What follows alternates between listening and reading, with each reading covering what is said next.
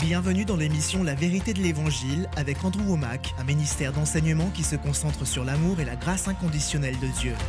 Vous n'avez pas besoin que Dieu vous donne quoi que ce soit. Il vous faut simplement puiser dans ce que Dieu a déjà placé à l'intérieur de vous. Nous en demandons toujours plus à Dieu, alors qu'en vérité, vous l'avez déjà, vous n'avez pas besoin de plus de quoi que ce soit. Ce dont vous avez besoin, c'est d'une révélation de ce que vous avez déjà. Et maintenant, voilà Andrew. Bienvenue dans notre émission La vérité de l'Évangile. Nous sommes maintenant au milieu de notre 5e semaine d'enseignement sur la série intitulée « Vous l'avez déjà ». J'ai un livre qui porte le même titre, un guide d'études, je l'ai en DVD, en CD. Il y a beaucoup de ressources dans lesquelles j'aborde tous ces sujets. Je n'ai pas le temps de revenir en arrière, mais à nouveau, je vous encourage à vous procurer cet enseignement. Je sais que certains d'entre vous regardez ce programme tous les jours. Donc vous pouvez penser, j'ai regardé chaque émission, donc j'ai toute l'information qu'il me faut. Mais il y a une différence entre recevoir cette étude en petites portions de 30 minutes et le fait de pouvoir s'asseoir et de rester concentré en lisant le livre, en regardant les DVD ou en écoutant les CD. L'avantage est que ça vous permet d'y revenir régulièrement. Vous ne pouvez pas tout comprendre en une seule fois. J'enseigne ces choses depuis 50 ans. Et je le répète encore et encore et encore. Et plus je me focalise dessus, plus je le partage, plus cela m'impacte. Vous devriez faire en sorte d'y revenir régulièrement. En plus, le fait de vous procurer ces ressources vous permet de partager ces vérités avec d'autres. Tout particulièrement nos guides d'études qui vous permettent de préparer des études bibliques. Vous pouvez visiter notre site et imprimer toutes les questions. C'est conçu pour vous permettre d'enseigner cela à l'école du dimanche lors d'études bibliques et d'autres contextes semblables. Cette semaine, j'ai utilisé Colossiens chapitre 1 et ce chapitre est une prière pour que vous receviez la compréhension, une révélation au sujet de ce que vous avez déjà. Il est question du fait que vous avez déjà été rendu capable, apte ou compétent à prendre part à votre héritage. Il nous a déjà délivrés de la puissance des ténèbres et nous a transportés dans le royaume de son Fils bien-aimé. Vous avez déjà reçu la rédemption. Vous avez déjà été réconciliés. Vous avez Christ en vous, l'espérance de la gloire. J'ai passé pas mal de temps dans l'émission d'hier à parler du fait que ce n'est pas quelque chose qui va devenir une réalité lorsque vous serez au paradis. C'est une réalité dès maintenant. Vous n'avez pas besoin que Dieu vous donne davantage de quoi que ce soit.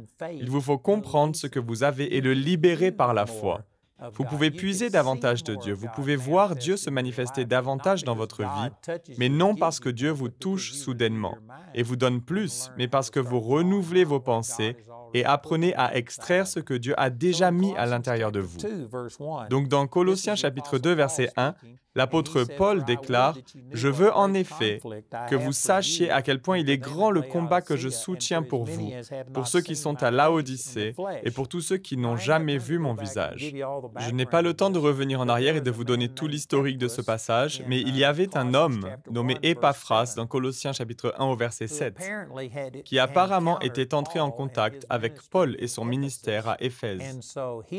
Donc il est né de nouveau, c'est lui qui a amené l'Évangile aux gens de Colosse, et c'est ce dont il est question dans Colossiens chapitre 1 verset 7, lorsqu'il est écrit « Suivant l'enseignement que vous avez reçu d'Épaphras, notre bien-aimé compagnon de service, il est pour vous un fidèle serviteur de Christ. » Donc cet homme s'est converti au travers du ministère de Paul, s'est rendu à Colosse et a partagé l'Évangile avec eux. Mais Paul est en train de dire ici qu'il a mené un grand combat afin de s'assurer qu'ils comprennent ces choses. Dès l'instant où vous rapportez quelque chose qui ne vient pas de vous, il est possible que vous omettiez une partie ou bien que vous mettiez en avant autre chose que la partie essentielle du message d'origine. Je pense que tout le monde connaît et que chacun de nous, à un moment ou à un autre, avons joué à un jeu qu'on appelle le téléphone arabe. Vous avez par exemple 6 personnes alignées, vous chuchotez quelque chose dans l'oreille de la première personne qui se tourne vers son voisin, transmet le message et ainsi de suite. Je peux vous garantir que lorsque la phrase arrive à l'oreille de la 6e personne, elle aura changé, il y aura une nuance, quelque chose de différent. Les gens ne répéteront pas tout mot pour mot. Certaines choses seront omises, d'autres seront rajoutées. Et souvent, j'ai d'ailleurs fait cela moi-même et joué à ce genre de jeu. Et parfois, vous obtenez carrément l'inverse. Le sens a complètement changé entre ce que c'était à l'origine et ce que c'est devenu parce qu'il y a des petites différences qui s'ajoutent à chaque fois qu'une personne répète la phrase. Et c'est ce que dit l'apôtre Paul. Il devait combattre pour ces gens. Il voulait s'assurer qu'Épaphras avait tout représenté parfaitement. de la manière dont Paul le souhaitait.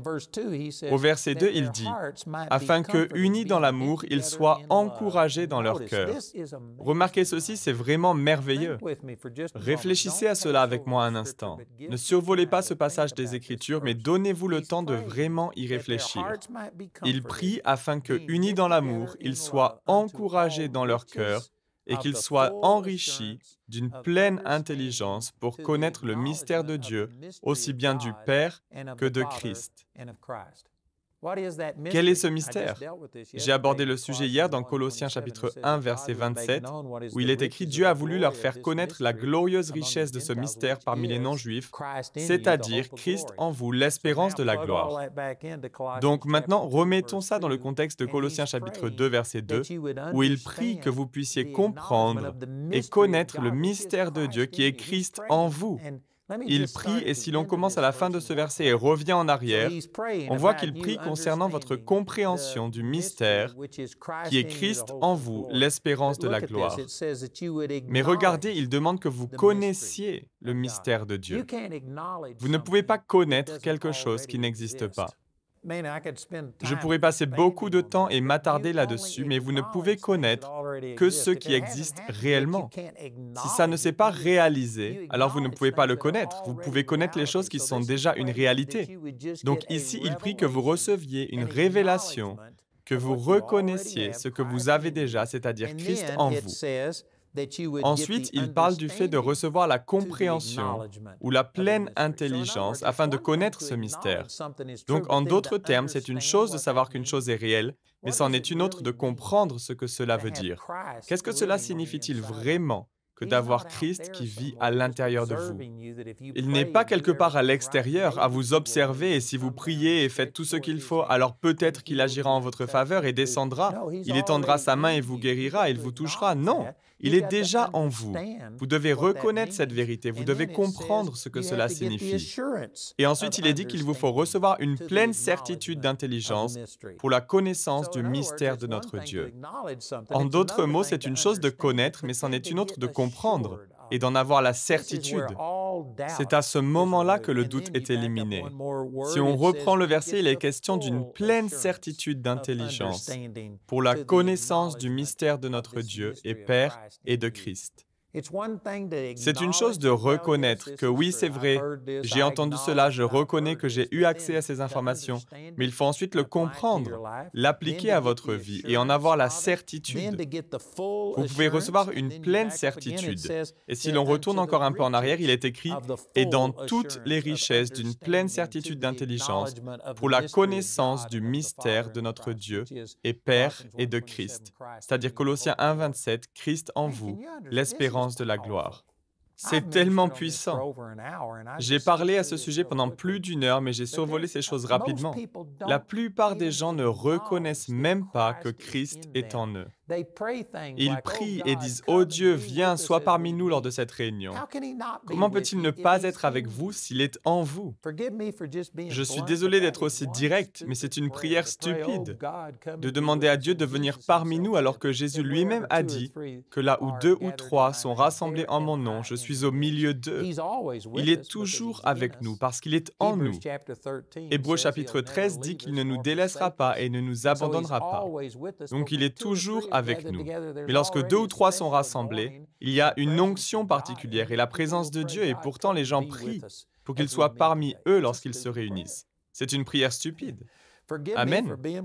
Je suis désolé d'être aussi direct et je sais que certaines personnes n'aiment pas cela parce que ça contrarie votre religion, mais cela révèle que vous n'avez pas la connaissance, la compréhension, la certitude et la pleine intelligence. Vous n'avez pas été enrichi d'une pleine intelligence pour connaître le mystère concernant le fait que Christ est en vous. Ce manque de connaissance se révèle par la manière dont nous prions. Dieu vient parmi nous, sois parmi nous. Nous prions et nous disons « Oh Dieu, accompagne-nous alors que nous quittons ce lieu. » Voilà une autre prière stupide. Il ne vous délaissera pas et ne vous abandonnera pas. Les gens diront « Oh, tu es en train de couper les cheveux en 4. » Mais c'est important. Il est important que vous commenciez à reconnaître et à comprendre que vous avez déjà tout C'est de cela dont il est question dans cet enseignement intitulé « Vous l'avez déjà ». Cependant, le chrétien moyen vit comme si Dieu n'avait rien fait. Il peut le faire et peut-être que si vous priez, que si vous allez à l'église, que vous payez votre dîme, si vous priez davantage, si vous étudiez davantage, alors si vous faites tout cela, peut-être que Dieu vous donnera quelque chose.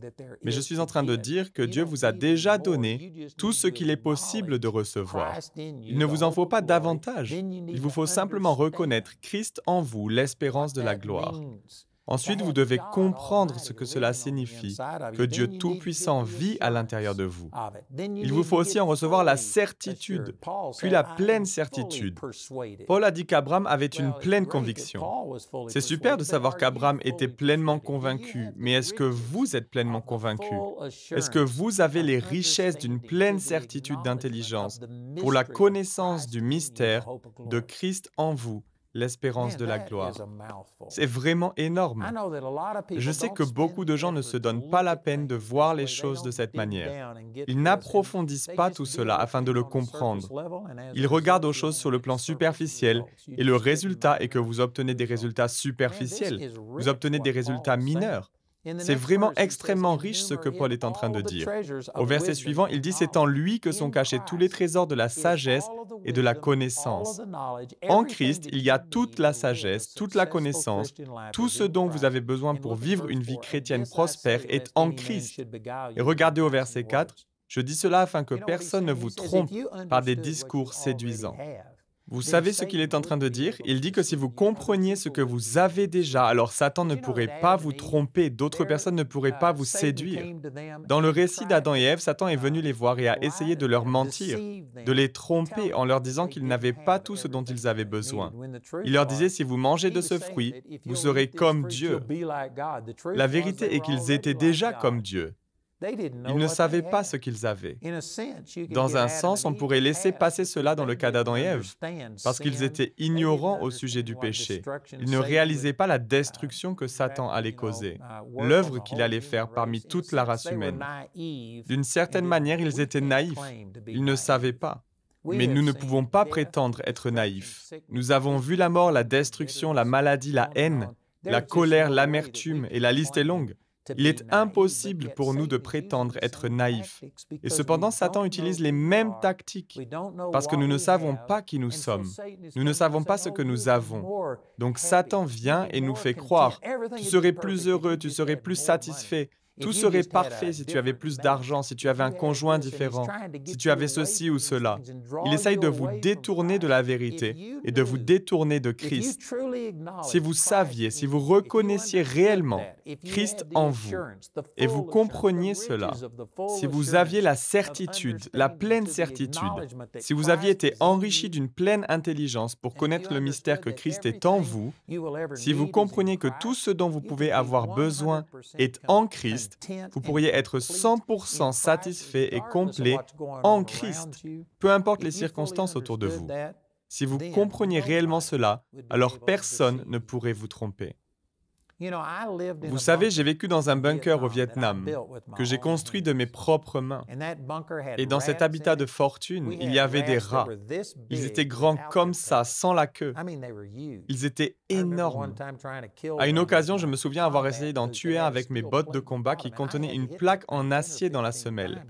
Et j'ai dû frapper cet animal 10 ou 15 fois avant de le tuer. Il était vraiment énorme et ces rats, vous marchez dessus. Vous pouviez les sentir, vous marchez dessus la nuit. Il y en avait des centaines dans le bunker que j'ai construit. Il y avait des centaines de cafards qui vous rampaient dessus la nuit. Vous pouviez les sentir sur vous. Et le matin, vous aviez de petits points rouges, là où ils vous avaient mordu. C'était comme cela au quotidien. Une fois, nous avons été séparés, nous subissions une grosse attaque et ils ne pouvaient pas nous amener de l'eau par hélicoptère. Nous étions positionnés au sommet d'une montagne, donc nous n'avions pas de source d'eau. Tout devait être apporté par voie aérienne. Donc pendant plus de 2 mois, l'eau était rationnée et nous n'avions droit qu'à un gobelet d'eau par jour. C'était notre ration, et le gobelet n'était même pas plein. Vous n'aviez droit qu'à un de ces gobelets par jour. Vous pouviez vous en servir pour vous raser, pour vous laver, ou pour le boire. Il faisait jusqu'à 46 degrés, et je peux vous garantir qu'on transpirait, on perdait beaucoup d'humidité par les pores de la peau.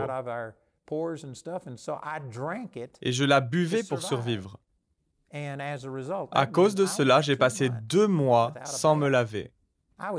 Je ne portais pas de t-shirt et lorsque je me frottais, la saleté tombait de mon corps et s'entassait sur le sol.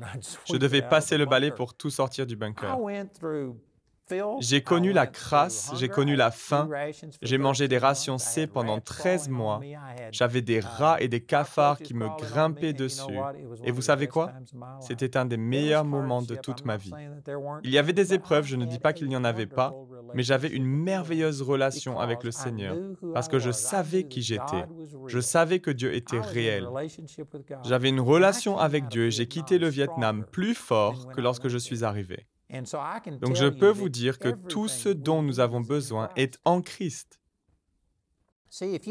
Vous voyez, si vous ne comprenez pas qui vous êtes, si vous ne voyez pas Christ en vous, alors vous allez penser, il me faut ce nouveau travail, il me faut ce nouveau logement, il me faut cette nouvelle voiture, il me faut tel vêtement, il me faut tel bijou, il me faut un conjoint, je dois obtenir cette retraite. Vous regardez à toutes ces distractions pour votre épanouissement. Ces choses ne sont pas un problème en soi. J'ai passé 13 mois sans prendre de douche chaude. Et malgré le fait qu'il faisait chaud au Vietnam, on a passé un hiver là-bas et lorsque nous avons enfin pu nous laver, j'ai dû prendre une douche froide. Et j'avais horreur de ça. Jusqu'à aujourd'hui, même pendant les grosses chaleurs estivales, je prends des douches chaudes. Je me suis juré que je ne prendrai plus jamais de douche froide de ma vie, à moins d'y être obligé. Bref, ce que je veux dire, c'est que les choses desquelles j'ai été privé ne sont pas un problème en soi. Et aujourd'hui, je suis bien. J'ai une jolie voiture, j'ai toutes ces choses. Il n'y a rien de mal à cela. Mais je sais que ma vie consiste en qui je suis en Christ. J'ai traversé des épreuves et des privations, mais j'ai aussi eu du succès et j'ai prospéré.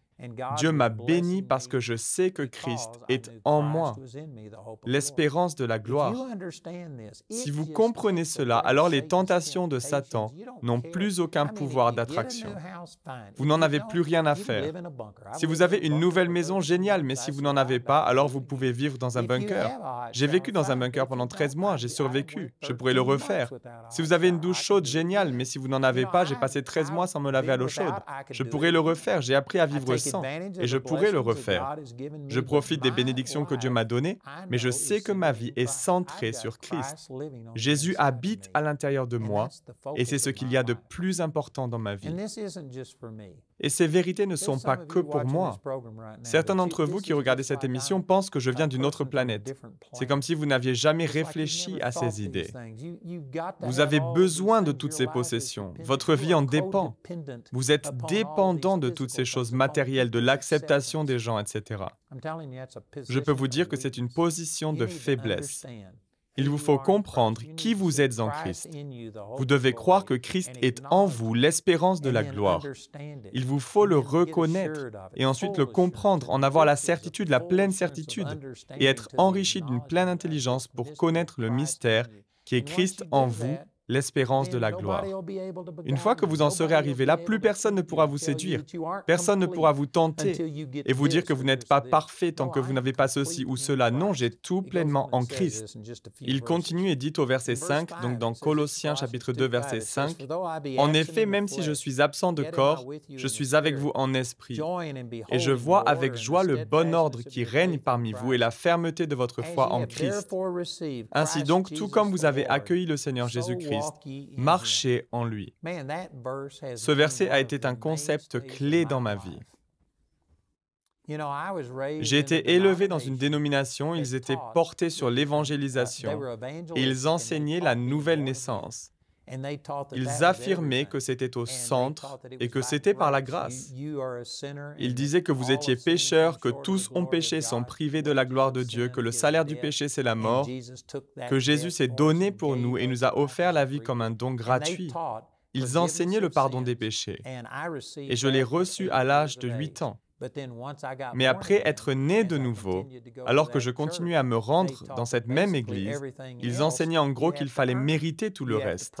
Il fallait prier suffisamment, il fallait se rendre à l'église, payer sa dîme, être saint. Et ils m'ont enseigné un standard différent pour pouvoir marcher avec Dieu après votre salut que celui qui était en vigueur avant votre salut. Avant ma nouvelle naissance, je ne vivais pas une vie sainte, je n'accomplissais pas toutes ces obligations et je suis venu au Seigneur. Nous chantions cette louange tel que je suis, sans rien à moi, sinon ton sang versé pour moi, agneau de Dieu, je viens. Donc je suis venu à Dieu sans notion de mérite, sans aucune bonté de ma part. J'ai reçu le salut comme un cadeau. Mais dès que j'ai été sauvé, alors il a fallu commencer à mériter ce que Dieu pouvait me donner. Je devais prier, je devais aller à l'église, payer ma dîme, vivre une vie sainte, faire ceci et cela. Et si je ne faisais pas tout correctement, Dieu ne me donnerait rien. C'est à ce moment-là que le Seigneur m'a révélé ce verset. Il m'a montré que de la même manière dont j'avais reçu Christ, c'était ainsi que je devais marcher en lui. Je n'ai pas reçu Dieu parce que je vivais une vie sainte et digne de lui. Donc pourquoi penser que maintenant que je suis né de nouveau, il me faut être saint?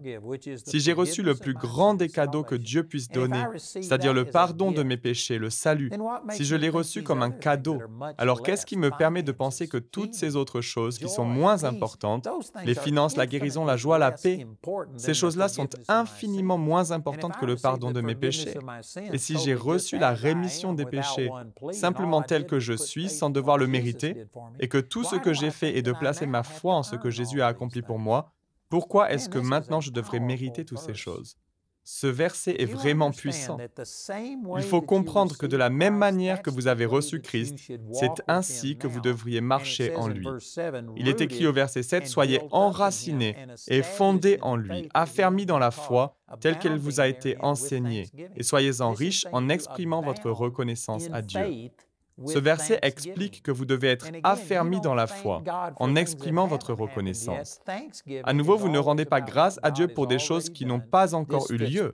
La reconnaissance est toujours en relation avec ce que Dieu a déjà fait. Cela va parfaitement main dans la main avec le message principal que nous voyons dans Colossiens. Le fait que vous avez été rendus capables de prendre part à l'héritage. Il nous a délivrés de la puissance des ténèbres et nous a transportés dans le royaume de son Fils bien-aimé, en qui nous sommes rachetés, pardonnés de nos péchés. Vous avez déjà la rédemption. Vous avez déjà été réconciliés. Vous avez déjà Christ à l'intérieur de vous. Vous avez déjà ce mystère. Il vous faut simplement le reconnaître, le comprendre, en avoir la pleine certitude, et ainsi de suite. C'est ce qu'il explique tout au long de ces passages. Et maintenant, vous devez simplement commencer à remercier Dieu. Et lorsque vous exprimez votre reconnaissance pour ce que vous avez déjà, plutôt que de le remercier pour ce que vous espérez recevoir, cela vous transporte dans une réalité nouvelle et vous commencez à expérimenter la manifestation de la puissance de Dieu. Tout ce que j'ai enseigné cette semaine, mais surtout aujourd'hui, pour certains d'entre vous, c'est comme si vous commenciez à voir la lumière. C'est comme si vous commenciez enfin à reconnaître que dans votre esprit, vous avez déjà toutes ces choses. Il ne s'agit pas de demander à Dieu et d'obliger Dieu à me le donner. Il s'agit de croire que je l'ai déjà, libéré ce que j'ai, plutôt que d'essayer d'obtenir quelque chose que je n'ai pas. Il est tellement plus facile de renouveler vos pensées et de libérer ce que vous croyez posséder qu'il ne l'est d'essayer de forcer Dieu à vous donner quelque chose que vous n'avez pas. C'est vraiment puissant. Le programme d'aujourd'hui fait partie de la série « Vous l'avez déjà ». Nous espérons que ce message vous a béni. Notre ligne téléphonique est ouverte aux heures indiquées à l'écran. Appelez-nous si vous avez des questions sur ce programme, si vous avez besoin de prière ou si vous désirez commander l'un de nos enseignements. Vous pouvez nous contacter au numéro qui s'affiche à l'écran. Ce programme a été rendu possible grâce au soutien financier de nos partenaires. Si vous souhaitez devenir partenaire, vous pouvez le faire en appelant ces numéros. Nous vous proposons un livre sur le même sujet que l'émission d'aujourd'hui, intitulé « Vous l'avez déjà », que vous pouvez vous procurer pour 16 €. Les 30 émissions de cette série sont disponibles en DVD pour 22 €. Vous pouvez également vous les procurer en CD pour la somme de 15 €. Si vous commandez les deux albums, CD et DVD de manière simultanée, le prix de l'ensemble est de seulement 30 €. Vous pouvez aussi opter pour les fichiers audio MP3 et vidéo MP4 sur clé USB pour 30 €. Le guide d'études est pour l'instant seulement disponible en anglais. Il inclut le contenu du livre ainsi que des questions en rapport avec chaque sujet abordé afin d'étudier seul ou en groupe. Pour tous nos téléspectateurs qui se trouvent en dehors de l'Europe, tous les produits que nous vous présentons sont disponibles grâce à nos bureaux dans votre région. pouvez les contacter grâce aux détails qui s'affichent sur votre écran afin de connaître le prix dans leur monnaie locale. Andrew a à cœur que chacun puisse écouter ou regarder ce programme à sa convenance et puisse le partager avec d'autres. Si vous ne pouvez pas vous permettre d'acheter les CD ou DVD, nous vous enverrons un lien afin de télécharger gratuitement l'enseignement de cette semaine en version audio MP3. Notez que vous ne pouvez profiter de cette offre qu'en appelant notre ligne téléphonique. Vous pouvez nous appeler dès maintenant au numéro qui s'affiche sur votre écran. Nous nous ferons un plaisir de répondre à vos questions, de prier avec vous ou de vous aider à commander l'un de nos enseignements. Notre ligne sera ouverte pendant les heures inscrites à l'écran. Nos opérateurs téléphoniques répondront en français ou en anglais selon les informations qui se trouvent sur cette annonce. Toutes les ressources d'Andrew en français se trouvent dans les boutiques en ligne des sites internet de nos bureaux affichés à l'écran. Vous pouvez également nous joindre par email en français et en anglais aux adresses qui s'affichent sur votre écran. Nous espérons avoir de vos nouvelles.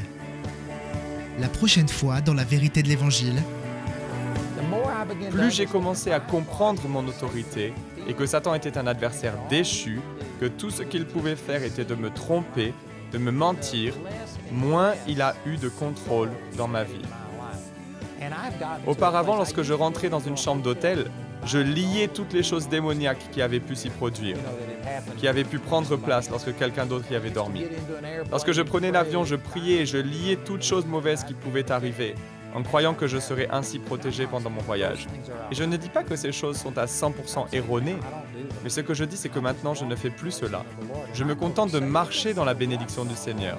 Et je sais que Satan, peu importe ce qu'il s'est passé dans la chambre d'hôtel avant que je n'arrive, dès l'instant où je rentre dans cette pièce, c'est comme si la lumière s'allumait. Dès l'instant où vous allumez la lumière, les ténèbres fuient. J'ai Dieu à l'intérieur de moi et parce que je sais qui je suis, je n'ai pas peur de quoi que ce soit de démoniaque autour de moi.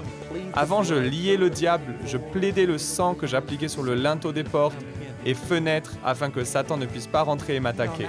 Mais vous savez, maintenant, je ne fais plus ces choses. Il y a des démons autour de moi, il y a des démons qui possèdent les gens. Je me souviens une fois avoir prié pour une personne qui était possédée par un démon. Je lui ai imposé les mains et je sentais que cet homme était possédé. Je le sentais trembler et bouger, mais j'avais les yeux fermés et je priais. Je repoussais le diable. Et c'est plus tard que les gens m'ont raconté qu'il s'était reculé, qu'il essayait de me frapper, qu'il lançait son poing, mais il n'a pas pu me toucher. C'est comme s'il y avait une barrière entre lui et moi. Et je pense que c'était Dieu qui me protégeait. Donc j'en suis arrivé au point où, oui, je suis conscient que l'ennemi existe. Oui, je suis conscient qu'il se passe des choses, mais je sais qui je suis. Et grâce à cela, Satan n'a plus aucune puissance, à moins que je la lui donne. Donc Satan n'est plus un problème pour moi. Je reconnais qu'il existe, surtout lorsque d'autres personnes lui donnent de la puissance, mais il n'a pas de puissance dans ma vie parce que je ne suis pas en train de le glorifier et de lui donner une quelconque autorité. Il y aurait probablement besoin de plus d'explications que celles que je viens de donner, mais je crois que le Seigneur est en train de parler directement à des personnes. C'est un domaine qui vous a causé de vivre dans la peur. Vous êtes constamment en train de lier, de délier et de faire toutes ces choses. Et si vous pouviez simplement comprendre qui vous êtes, vous focaliser là-dessus et cesser de croire à ces mensonges. Si vous pouviez comprendre la puissance et l'autorité que vous avez, alors ça désarmerait complètement les mensonges et les tromperies de l'ennemi. Rejoignez-nous pour plus d'émissions La vérité de l'Évangile.